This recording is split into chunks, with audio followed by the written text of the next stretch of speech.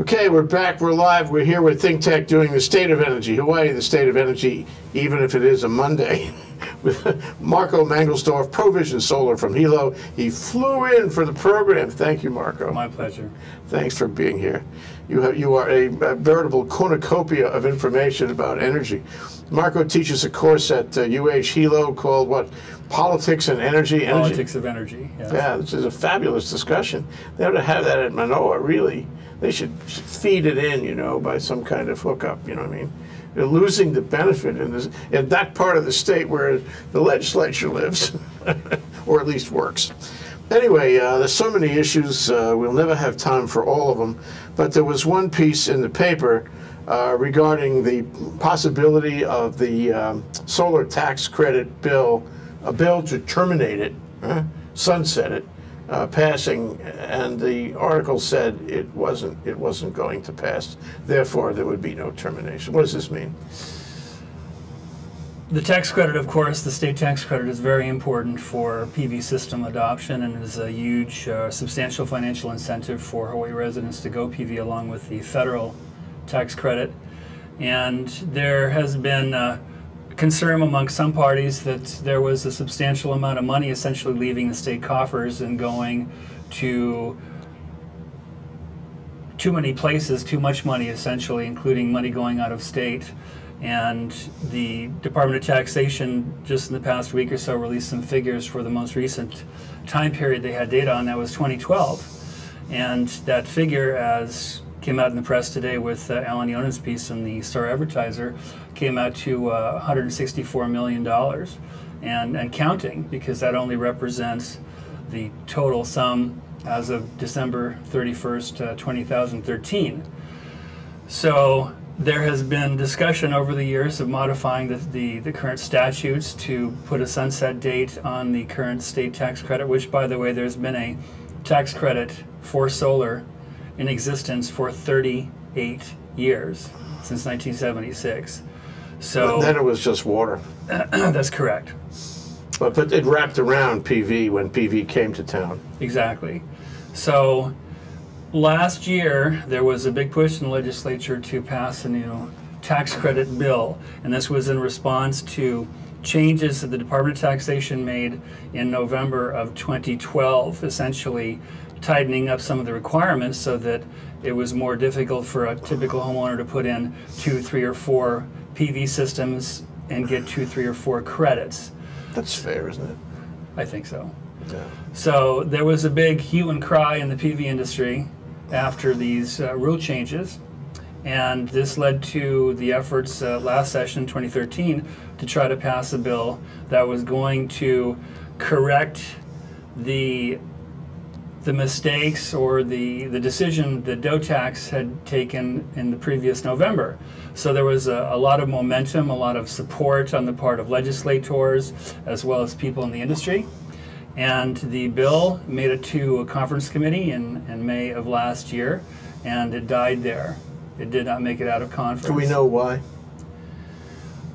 I haven't been able to determine based on anybody being quoted on the record, but from what I understand, there was a concern amongst one or more of the conference committee members that if they were to pass that particular bill out of conference to get it to the governor's desk, that there was an unknown liability that the state was going to be taking on in the years to come without having a clear enough idea of the possible figures involved.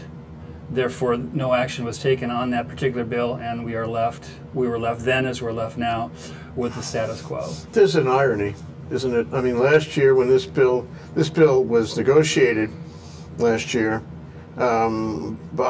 essentially by the solar energy people, the installers, and they wanted to reduce it over time. They said, we don't want it to drop off the world. We want it to, you know, slowly reduce so that there would be no shock to the industry. That had been going on for a couple of years, that talk. And then it just got stuck and held up, and there was really no public statement about why the bill failed. And now, it's so interesting, and now there is no bill this year, according to Alan Yonen's article. It never happened. So, and the solar guys, were unhappy about the tax office changes, which probably motivated them to put that bill in order to correct the tax, change the tax office changes. But now got the tax office changes affirmative, they're confirmed, they're happening. Nobody's, taking them upstairs or anything, and the credit remains with those changes ad infinitum. Yeah, it's permanent. Right. Well, as permanent as anything can be in politics, right? Of course. What I was surprised as well that there wasn't an effort this session to revivify what they tried to do the previous session. I was surprised by that. Why? I mean, why do you think? Why do you think nothing happened on last session's bill? The industry, the PV industry, essentially became satisfied enough with the status quo. You may remember that when this announcement was made by DOTAX in November of 2012, that the Sierra Club and Earth Justice, if memory serves correctly, they filed suit against the governor in state court, trying to stop those changes. On a procedural basis that he hadn't given fair notice under the Administrative Procedures Act. And that DOTAX simply couldn't do that, essentially, without a legislative fiat behind it. And that court case was thrown out by the judge. And I have to believe that after the industry got used to these changes and adapted to them, that after all, we have a tax credit, which is one of the more lucrative in the nation. And as you mentioned, the tax credit has no sunset date. So what happens with the new tax credit bill that likely, or if it gets to the governor's desk, what are the components likely to be? I think it's fairly certain that there would be a sunset date. I think it's fairly certain that the tax credit percentage would be ramped down over time. So the better alternative was to leave well enough alone. For them, was it good for the installer industry? Was a good choice. Yeah. Because this way, on and on. And you know what else? The federal tax credit goes hand in glove. Is expiring, what, in a year or two? It ends January 1st, 2017. Make a small correction. It doesn't end completely. It goes down from 30% to 10%. 10% is what it was before it was increased to 30% back in 2005. So query, is that going to have any effect on this? It seems to me that that's part of the formula somehow, because if I was an installer, I'd say, don't hurt my state credit because I'm going to lose 2/3 of my federal credit, and I need this, and homeowners need this to incentivize them, so don't touch the state credit. And maybe that was part of the discussion about not putting that bill in this year. Well, that was pretty much the quote from Chris Lee, who's chairman of the House Energy and Environment Committee. He essentially used those exact words in that piece today by Alan Yonan. Mm-hmm. Okay, so it looks like for the foreseeable future, we're going to have our existing tax credit, at least for a while, subject to the existing DOT, Department of Taxation rules. Exactly.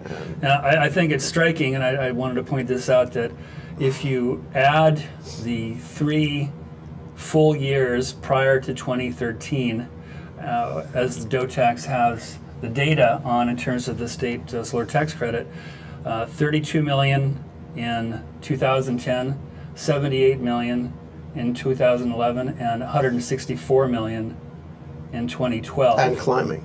And increasing as more returns come in. The expectation was 174 million by the time they pick up all the loose ends. Right, which is an estimate that DBED made back around September of 2012, for which they were roundly clobbered by many people in the PV industry for being wildly high. And it turns out the DBED turned to be pretty darn close, almost right on the mark. Another thing I was struck by looking at the data regarding the tax credit was that out of the 164 million, 82 million went for the refundable portion of the tax credit. About half of it. About half of it, and I'd be willing to wager that of that 82 million, a very, very large percentage of it went out of state to mainland financiers, mainland companies who have been doing very well here in our state over the past several years. which isn't necessarily a bad thing, but it's interesting to note that this particular feature of the tax credit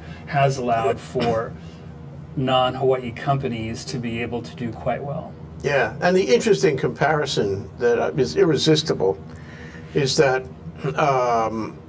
this is more than Act 221 ever cost in a given year.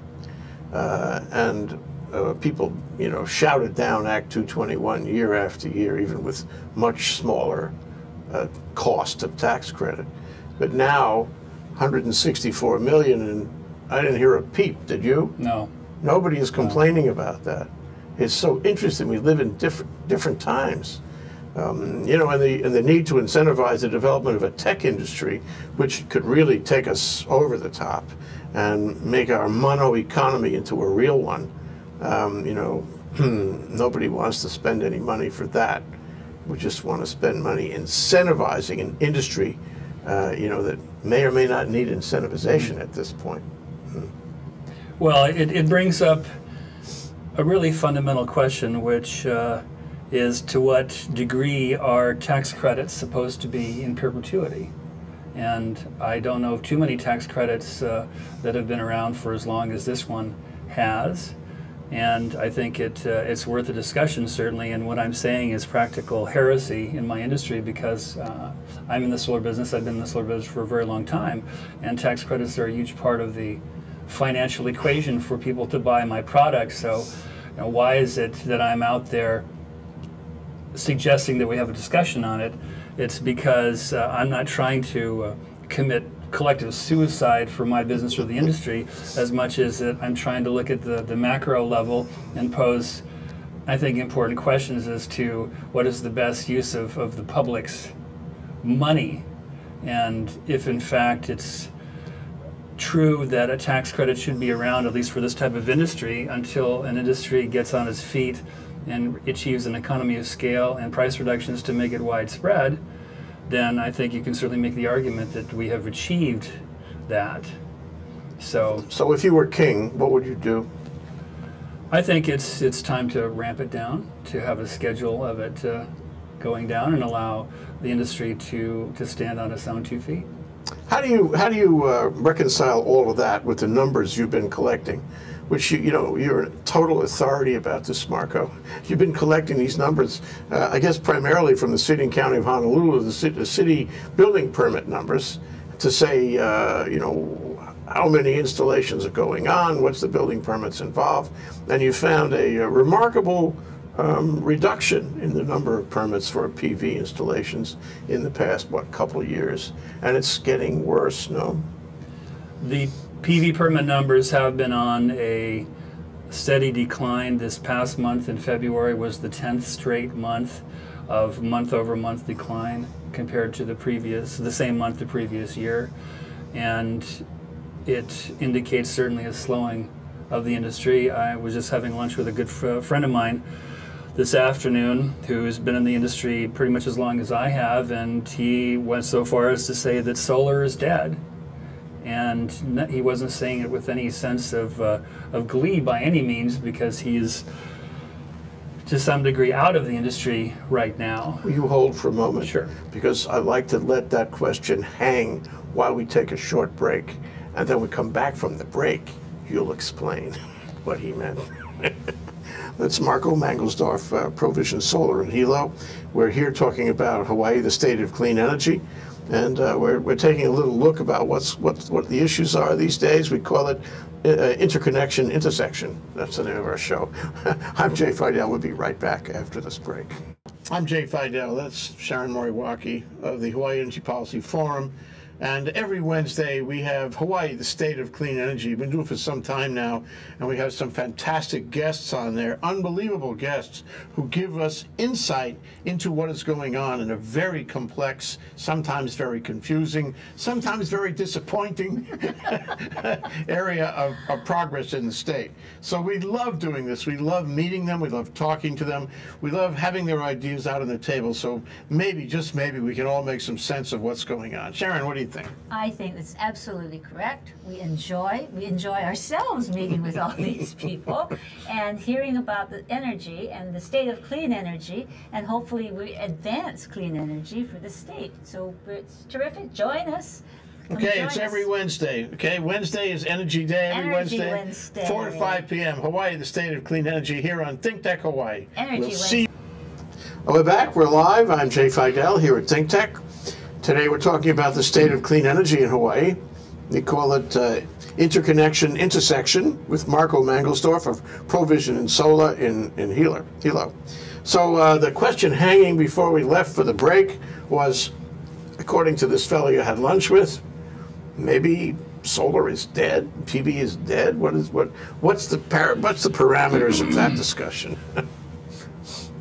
I think it's an exaggeration to say solar is dead. So I don't think he meant it so much in a literal, it died yesterday or will die today or die tomorrow. But I pressed him a little bit on this, and I asked him, do you think it's going to be this precipitous off the cliff, or was it be more kind of bell curve shape? And he said the latter, and I would concur with that.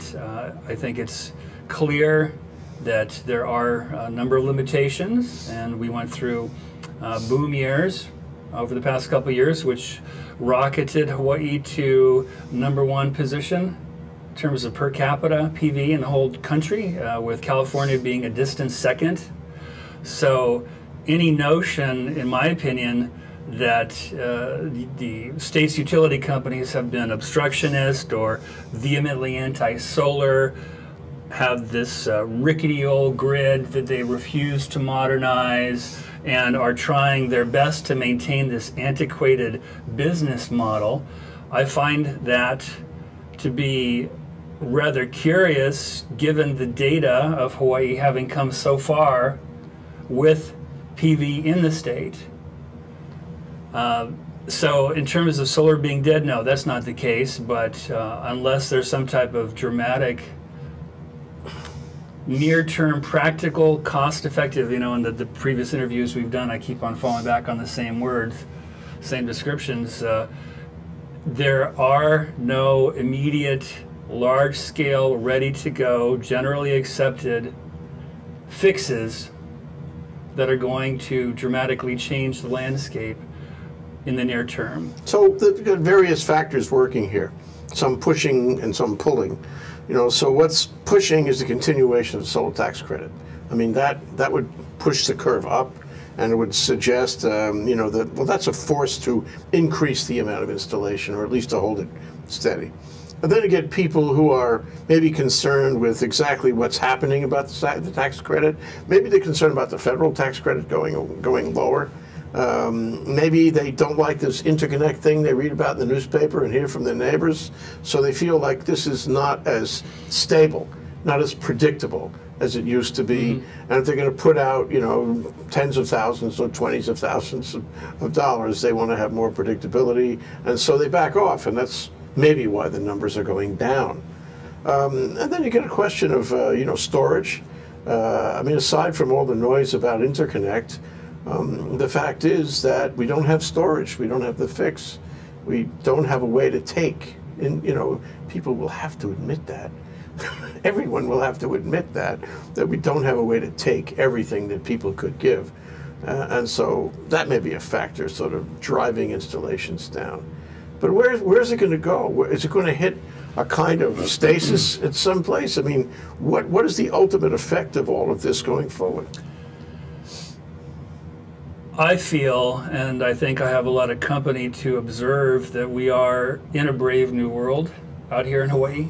Of course, we're very different from the mainland in that we have these independent, non-integrated grids, and there is a lot of attention that the state is getting, the utilities are getting from far and wide, including the U.S. Department of Energy, and think groups and tech groups and industry groups on the mainland, who are looking at our state as this test laboratory, essentially, to see, gee, how far can a utility go in integrating a distributed generation, non-firm power into a grid. And I keep on going back to the simplistic observation that The grid is finite, that's not disputable.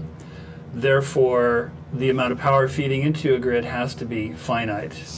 So the question then becomes, well, what's the best optimal mix between firm power, which up until this day and age, a certain amount of firm power is needed, versus non-firm power, which can be from wind, can be from solar, from other sources from nature that can bedevil and challenge utility operators to see how it can all mix in, and for them to serve their fiduciary responsibility to their investors, which is of course is important, but also just as important, keeping the lights on, keeping their ratepayers supplied with reliable power. So another factor, as you mentioned, tax credits is a push. It's also the high cost of electricity, of course, here in the state. So one of the mitigating means in the short term that has caused a fair amount of debate and will continue is LNG, liquefied natural gas, coming into the state, right? And it appears the Abercrombie administration is supporting that. The gas company, of course, is supporting that. And but other groups like the, as far as I know, the Sierra Club and well, they opposed it. Yeah, Sierra Club and Blue Planet. Yeah. But you know, it's interesting. If one day we wake up and the newspaper has a headline about how LNG is going forward, and in X years of time we'll all have cheap LNG at half the rate we pay, you know, even half the rate we pay for PV, you know, a really low rate in the teens somewhere, then people aren't necessarily going to be so motivated to buy PV, are they?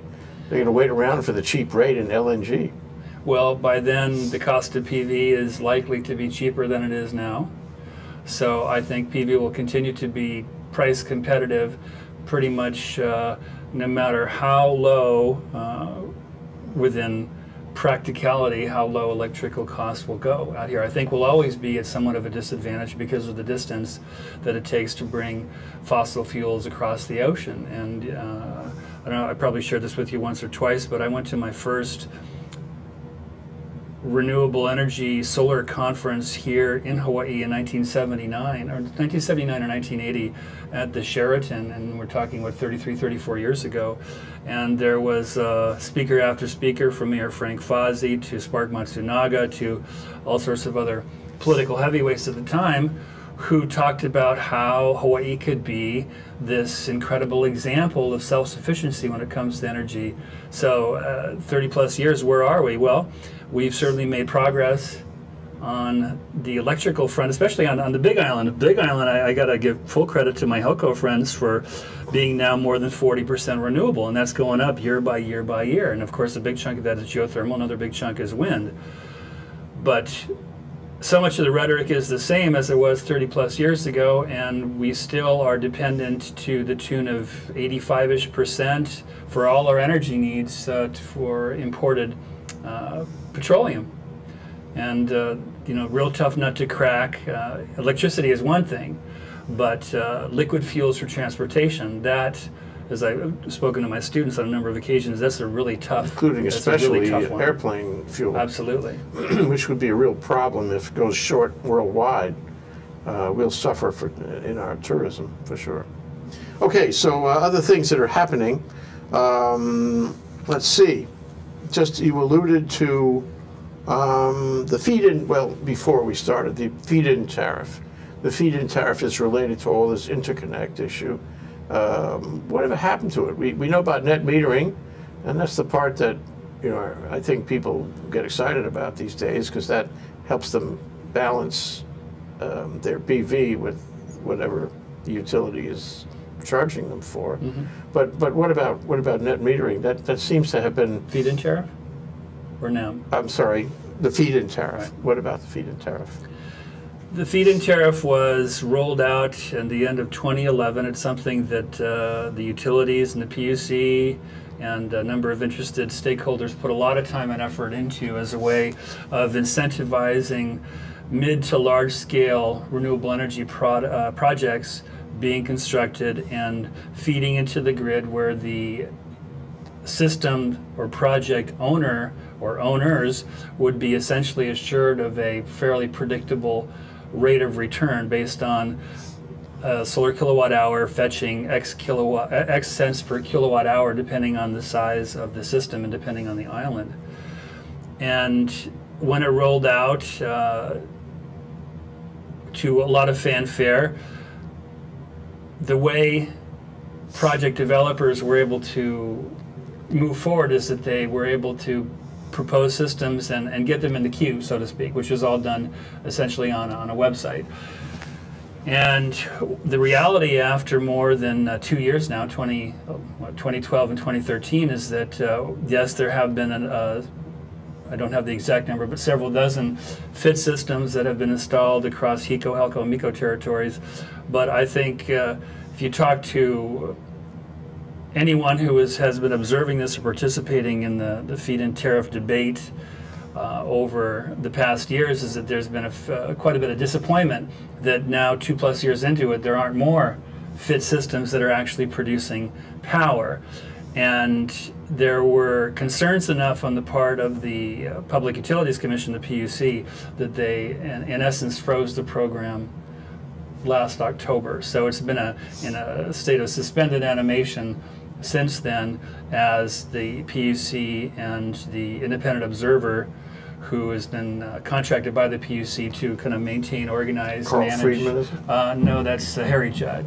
Okay. Yeah. To work out the bugs and to make changes that would make for a new and improved FIT program that would be rolled out at some point in the future. But as far as I know, there's no definitive date as to when that's going to be the case. I get so concerned about this. See, all these hullabaloo, you know, about new programs and lots of stuff in the paper about everybody talking about it, lots of talk, and then nothing happens for years and years. I'm still waiting, and you can comment on this, on the on-bill financing arrangement. I mean, I get the sense of something happening under the covers, but I haven't seen anything actually over the covers. What's happening? Do you know?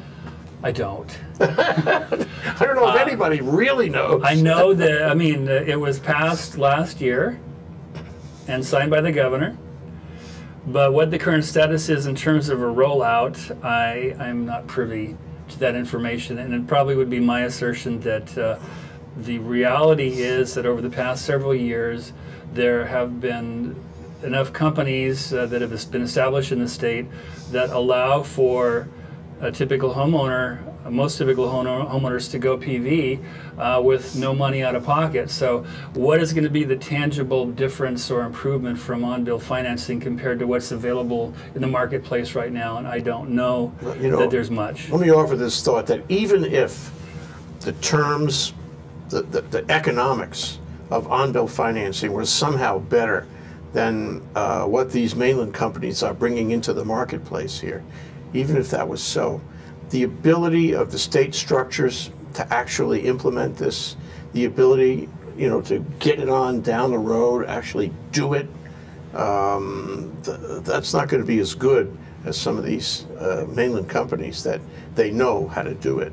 They won't hesitate. It is happening. Right. It's available in the marketplace. You just sign the dotted line and off you go. It's hard to compete with that. It's another, it may not be the actual dollars, it's the way it's handled. You have to wait, you know, how many years to have it in place already. And if they have to change it, how many years will we wait for that? Okay, well anyway, what about the interconnect issues themselves? I mean, we named this the interconnect intersection. And the utility is trying to do stuff. It's making transition a little easier. It's doing a little backup on some of the hard rulings that it was making. Where are we in that? I mean, are people happier, notably happier, or is everybody still mad? More the latter. Let me answer that this way. I've been doing PV here in the state of Hawaii now for about 14 years. And I was hired back in 2000 to be one of the founding members of, back then it was Provision Technologies. And Provision Technologies was a wholly owned subsidiary of Hawaiian Electric Industries, the parent company of HECO, HELCO, MECO, American Savings Bank. So I got a chance to work within that organization and to meet some of the principals and top management over the years. And in 2003, the HEI board decided to close provision down. They wanted to go in a different direction. So rather than accept their job offer to work at HECO, since I was living in the Big Island, I thought about that briefly, and I thought, you know, how about you sell me the company instead? So I got together with a longtime friend of mine, Douglas Bath, who I'd known since junior high school in California. We ended up buying Provision, and several years ago changed it to Provision Solar just to make it more clear and specific what we do. So the reason I bring this up is because I got a chance to know HECO 14 years ago, with people like Bob Clark as HEI chairman, Mike May as president, Warren Lee as the president of HELCO, all good folks. And I got a chance to see inside the structure and get a sense of what the mindset was. And I don't believe that back then, or even 5, 10 years ago, that there was any idea, any anticipation of just how much the utilities were going to be accommodating and accepting in terms of solar PV. I think if you had told their engineers 5 or 6, 7 years ago, believe it or not, this is where you're going to be in 2014, I think they would have laughed. They would have shaken their head and said, no way, can't do it. Can't do it. I mean, part of that is institutional. Utilities by nature are not known to be dynamic risk takers, right? That's nothing negative about them. It's kind of the nature of the structure. You want the lights on. Don't take any chances. We do want the lights on. And engineers especially. So I think it's rather phenomenal how far they've been able to come. Now, does that mean that they should stop? No. Does that mean that they're stopping? No. Just a couple weeks ago, they announced that instead of the 100% of gross daytime minimum load, and without getting to too much technobabble, they are going from 100% to 120%. So that the takeaway from that is that they are moving in the direction of, yet again, going to take more PV into the grid. First, they were a number of years ago at 50, then they raised it to 75, then they were at 100, now it's 120%. So, is that because they have more technology to handle it, or is it because they have found that they can take more on what is essentially existing technology? I can't give you a definitive answer to that. It's probably more the former. Former or the latter. The latter being that they have learned over time that if they go to X percentage, that there's not system-wide failure or collapse. It'll still work. So it's been an incremental increase, I think, that they've Well, that sounds reasonable to me. Well, it sounds reasonable to me as well, but you know, at the same time, when you do have contractors, especially here on this island, who have told me that they have not 5, not 10, not 50, but hundreds of sales that they've consummated that are being held up because of saturation issues, I mean, that's non-trivial, right? So I'm not disputing that at all. I mean, there is serious pain going on in the industry right now. And the utility companies, I think, are always going to be subject to some criticism unless and until, at least the ones here, unless and until they were to essentially adopt we open the doors fully, anybody who wants to come on and connect can do so, and come on at us. Talking about risk. And that's not going to happen, right? And I use kind of the analogy of if you have a freeway, I mean, there are rules in the freeway, right? I'm a native Californian, and you run into metering to get on the freeway during rush hour, right? If you were to just say, okay, the freeway, we're going to just do a free-for-all. You can have pedestrians, you can have people with go-karts, you can have people with mopeds, you can have people coming on with whatever kind of vehicles they want, drive however they want, however slow, however fast. I mean, it would be anarchy, right? It's kind of a simplistic analogy, but there are restrictions that necessarily must be there when you have,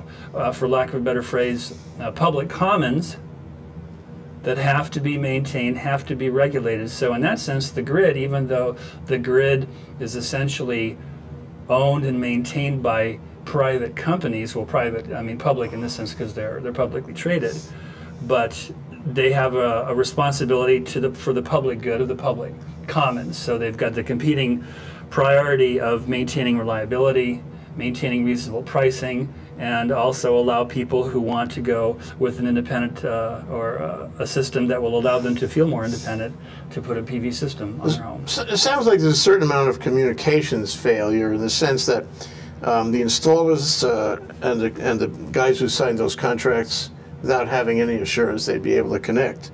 On the one hand, they say, well, the utility's at fault. They should have told us this is going to happen.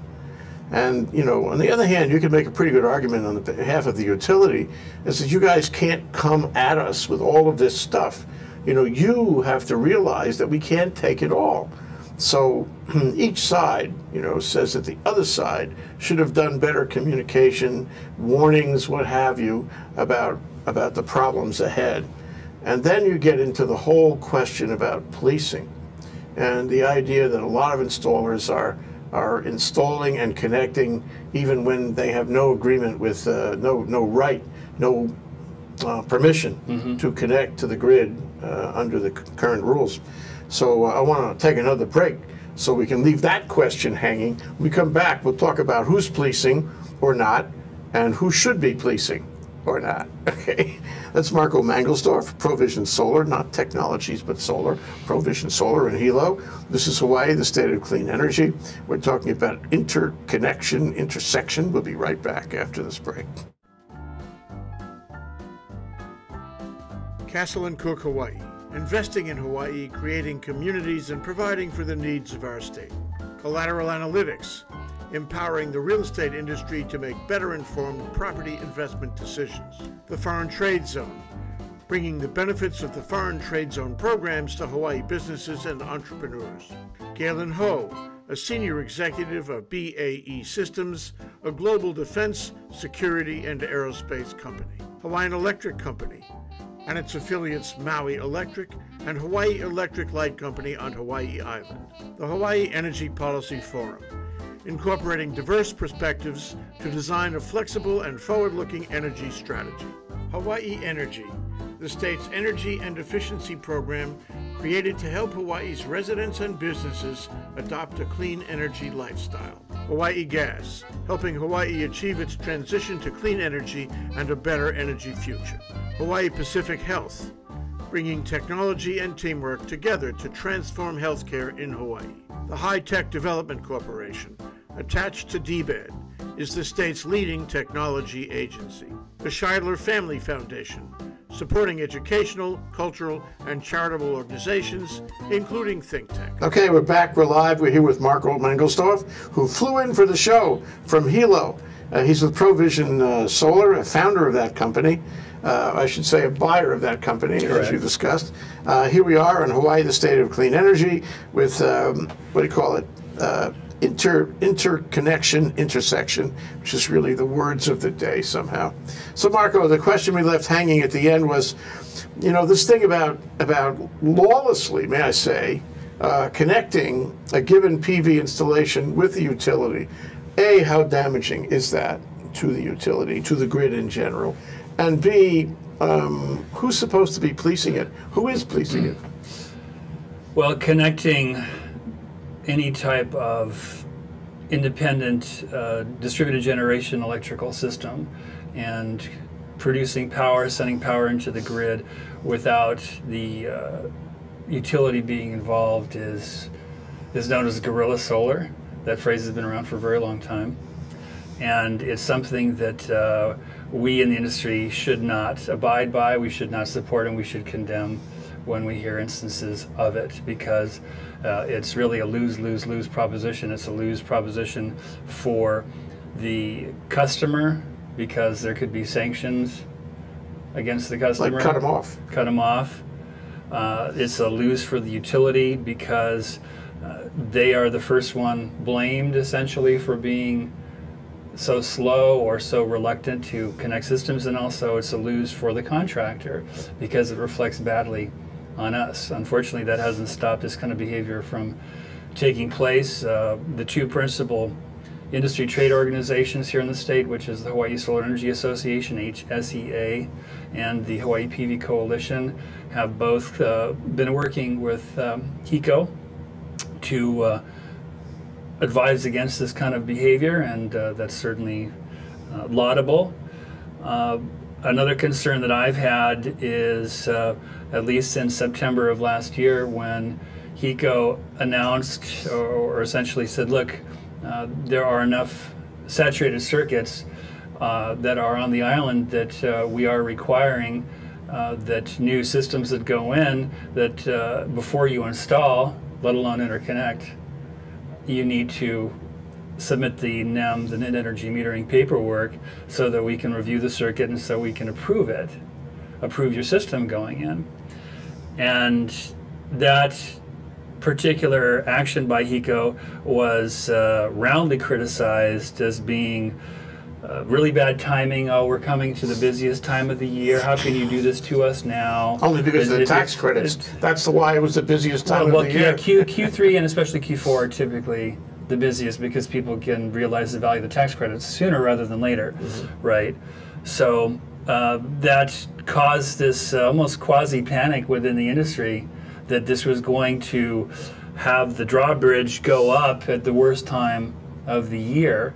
And a number of companies, including some of the major players here on the island, made the decision that they were going to go ahead and install systems before getting HECO approval.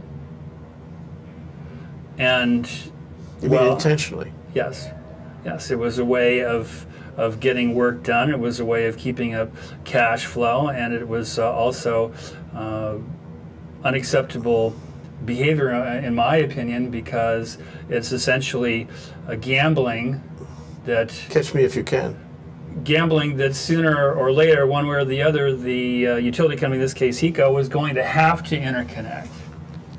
So I was rather... Can't the utility company tell when somebody is, you know, connecting without permission? Can't they tell?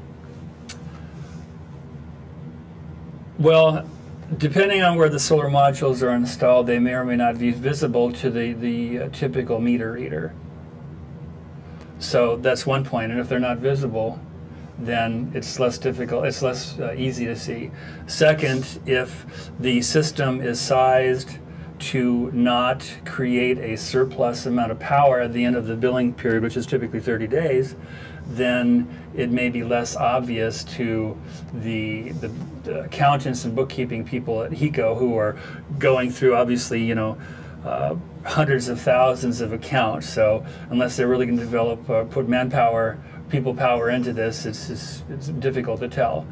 So yes, they can tell, but they haven't had, from what I can tell, probably the resources to really. And then look, the utility doesn't want to become the solar police, in my opinion. Who should be the solar police?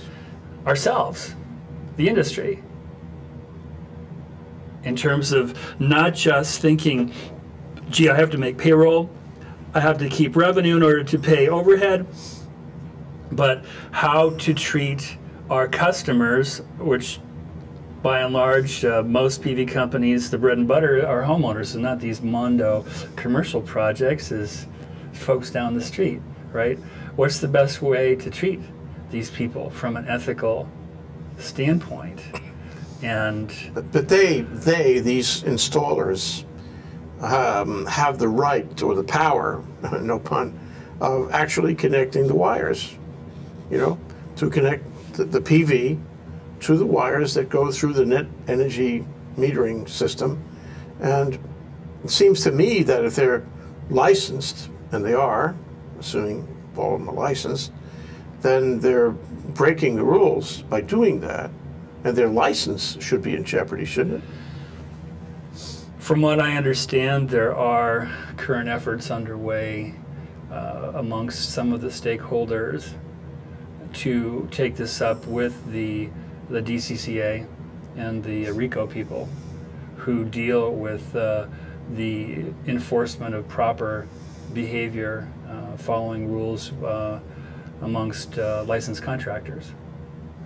But to what extent and how soon there's going to be some type of sanction, I don't know. I mean, my impression is that utility companies, again, really don't want to go down the path of being seen as the solar police, where they're sending people in trucks and locking out people's PV systems. Yeah, I mean, that's just atrocious PR, right? And Atrocious they're PR, yeah. smart enough that they don't want to Easy go to down let it that happen.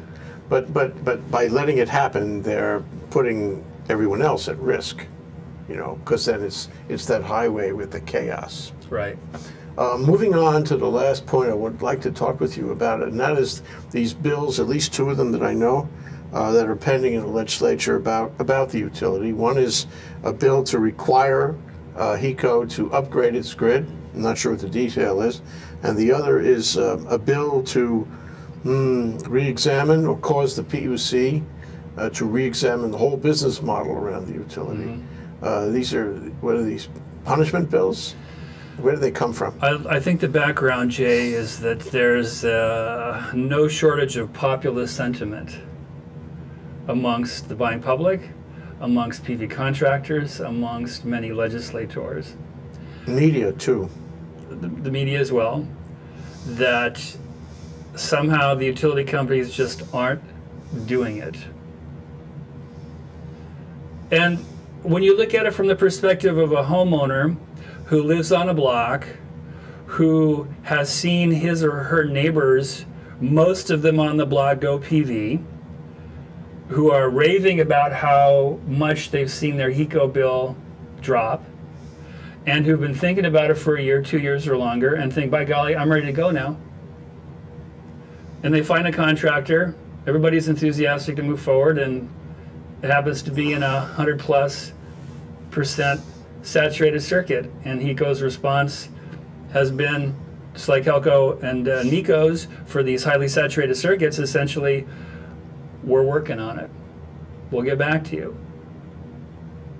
I wouldn't feel good about that. I mean, nobody is, oh, okay, I believe them, I'll be patient. It's Kafka-esque. How's my case doing? It's fine, just be patient. But so now this leads to this animosity, and the animosity focuses in the legislature with that hearing in October, where it was you know, it was sort of an attack on the utility there by the PV installers. But now these two bills, I mean, I don't know exactly what the status of them are. Neither of them seems to me to be appropriate, but I'm interested in your thoughts. The one that to me seems the more kind of draconian, if I understand it, and I haven't recently read the language of the current version, which is, there was the crossover I think just last week, essentially re-examine the franchise given by the state to these companies, HECO, Helco, MECO, as to whether they are truly serving in the best interests of the citizens of the state. What the possible end game would be, or end results, I don't know. But I mean, there has been, you've been around long enough to know as well that not too long ago there was talk of essentially a hui of people taking HEI private. Kuakoa.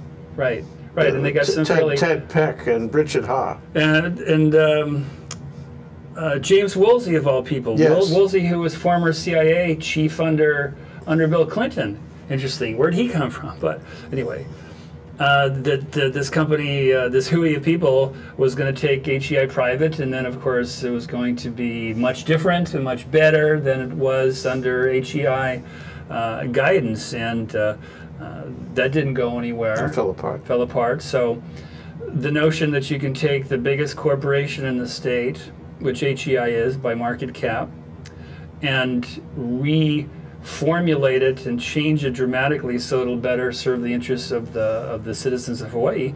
I mean, I can kind of understand from a more idealistic utopian perspective that sounds, you know, who wouldn't be against that? Do a better job, right? Give the power of generating power to the people, right?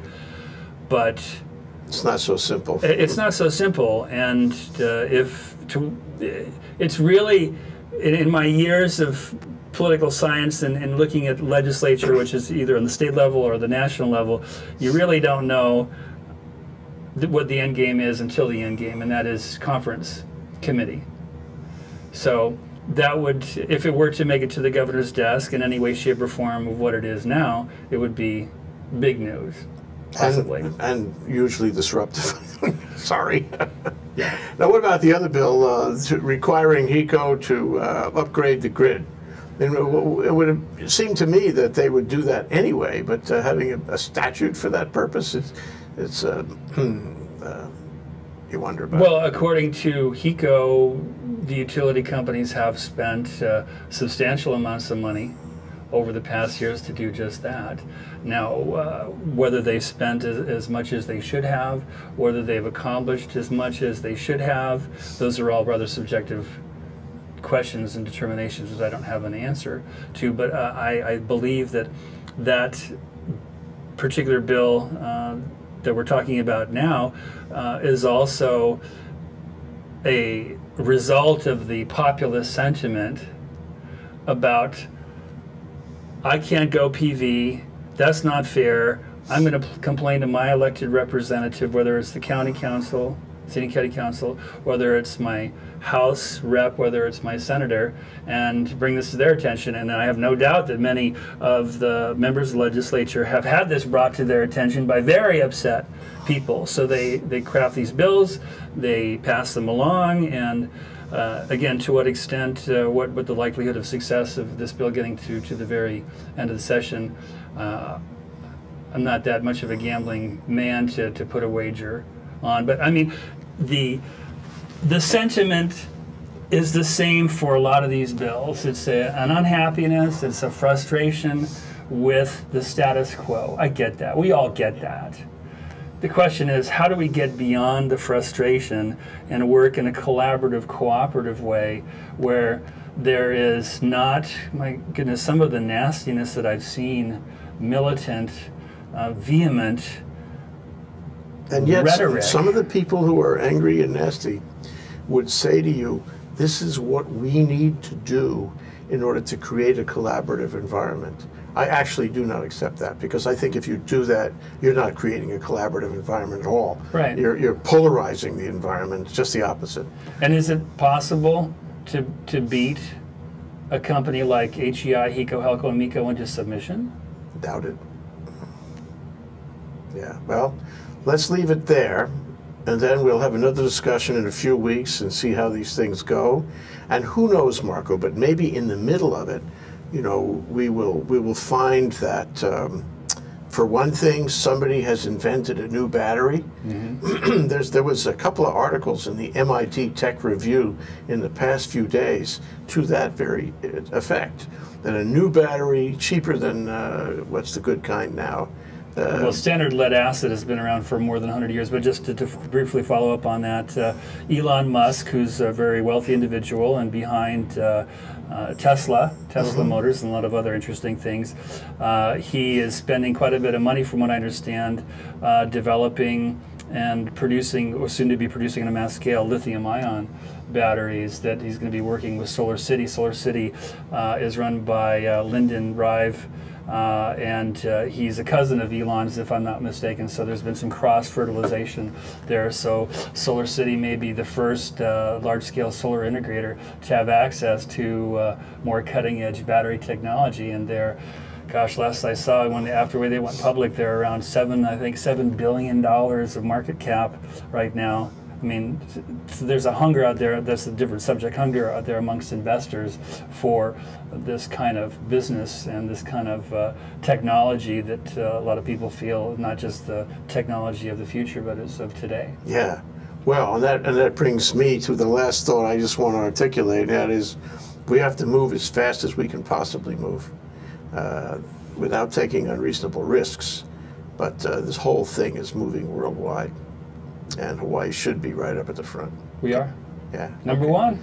Okay, well, in some ways. Yeah. In some ways it takes too long to do even small things. Well, again, number one in per capita PV in the entire country, just like we've been number one in per capita solar water heating for decades. So it's something to be proud of, but not rest on our laurels, because there's clearly a lot more work to be done. Marco, thank you so much for coming down. Great to have you on the show. We'll do it again soon. Thank you.